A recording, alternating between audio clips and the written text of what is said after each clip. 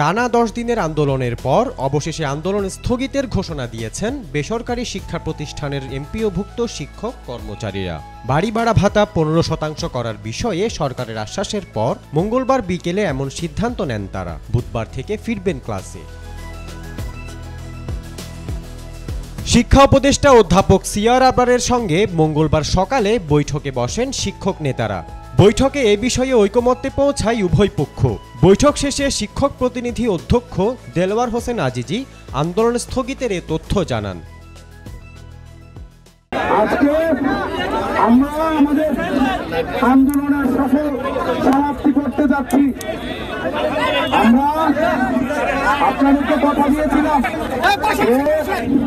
প্রজ্ঞাপন ছাড়া আমরা যাবো না, বলছিলাম কিনা?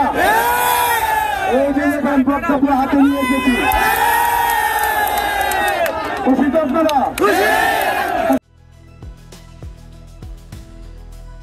আংশিক দাবি মেনে নিলেও আন্দোলনরত শিক্ষকরাও এতে খুশি। আসসালামু আলাইকুম। আমরা অত্যন্ত আনন্দিত যে এই প্রথম আমাদের পার্সেন্টেজ আকারে একটা বাড়ি ভাড়া দেওয়া হচ্ছে।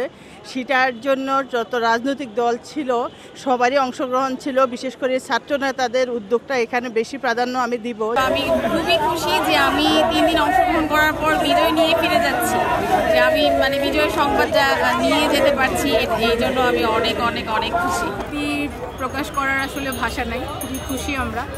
যদিও আমাদের পুরোপুরি দাবি অর্জন হয়নি। আমাদের কর্মচারীদের 75% উৎসব ভাতা ছিল, আমাদের 20% বাড়ি ভাড়া ছিল এবং 1500 টাকা আমাদের চিকিৎসা ভাতা ছিল। তারপর আমরা 15% আমাদের 2 ভাগে ভাগ করে শর্ত দিয়ে আমাদের পালন করা মেনে নেওয়া হয়েছে।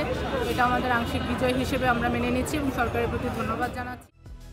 চলমান আন্দোলন স্থগিত হওয়ায় বুধবার থেকে দেশের সব বেসরকারি শিক্ষা প্রতিষ্ঠানে স্বাভাবিক ক্লাস কার্যক্রম পুনরায় শুরু হওয়ার কথা রয়েছে। অবশেষে শিক্ষকদের দাবি মেনে নেওয়া হয়েছে এবং তারা ঘরে ফিরে যাচ্ছেন এবং সবাই বলছেন শিক্ষকদের যাতে ভবিষ্যতে আর কোনো বৈষম্য না হয় এবং শিক্ষকগণ যাতে তাদের অধিকার পেয়ে তারা সুন্দরভাবে জীবনযাপন করতে পারেন, এই আশা তারা ব্যক্ত করেছেন। এবং তারা বলেছেন যে 8 দিন তারা ক্লাস নিতে পারেননি, সামনের যে শনিবারগুলো রয়েছে সেই শনিবারে তারা সেই ক্লাসগুলো করে অবশ্যই তারা ছাত্রদের পাশে থাকবেন। সিফাত ফারুকি, বি নিউজ 24, কেন্দ্রীয় শহীদ মিনার, ঢাকা।